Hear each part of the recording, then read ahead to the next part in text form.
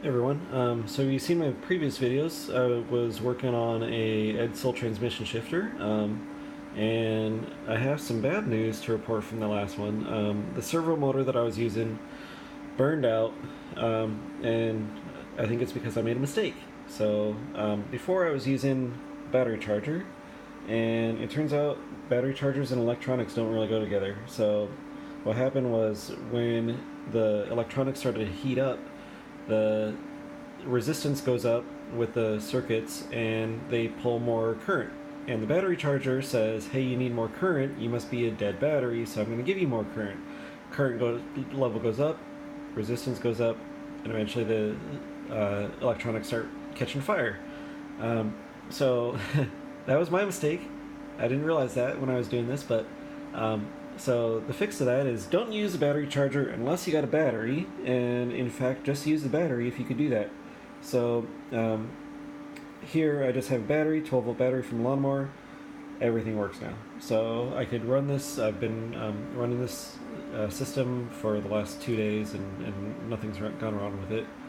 So what we have here is I got a new setup. In the last video you saw an Arduino Arduino Micro. Here I have a Arduino Uno. So that's what's on the bottom here, brand new. With it I have a Cytron single motor controller, and this goes up to I believe 15 amps. So it's actually really nice. This is one of the nicest motor controllers I've had a program in. It also has some switches here, so I can switch which outputs I'm using. So that's D3 and D2. So basically what you do is you can program this to do a direction and analog signal, so from 0 to 255. So that the analog signal determines the speed of the motor, and the direction determines the direction. So if the speed and the direction are on, and let me get this thing here.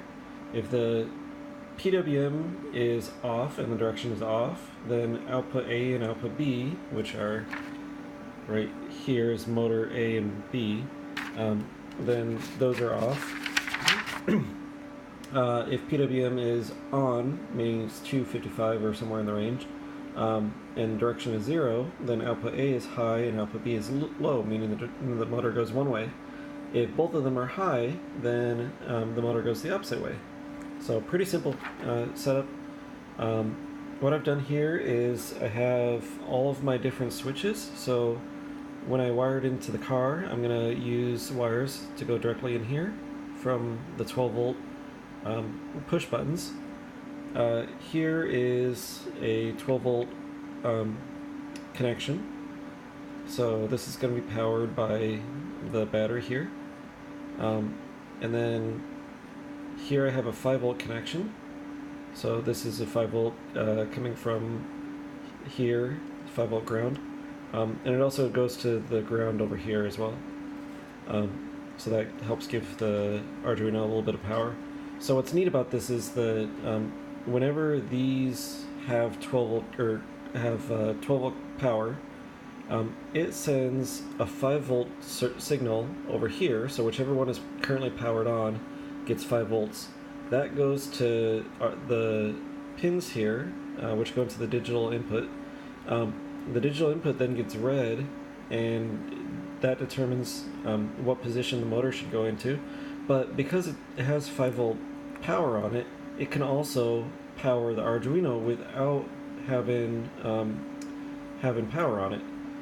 So actually, I'm sorry, having the USB plugged in, or 9-volt plugged in. So that means that I could power everything off of the switches. So that's really cool. As soon as the car turns on and I give this guy power, then I could power everything off those switches. So I think that's pretty great. And just to show you how this works, I'm going to use this guy and I'm going to touch it to one of these guys. You can see the lights on there. That tells me that this is going to be reverse. and I could go to any pin that I want, and it goes right there. Now the distance that I'm traveling here is the full 4 inches, but in reality it's only going to go about 2.5 inches. So, you know, it might seem like it's going really slow, but when I get it all connected, it's not going to be that slow.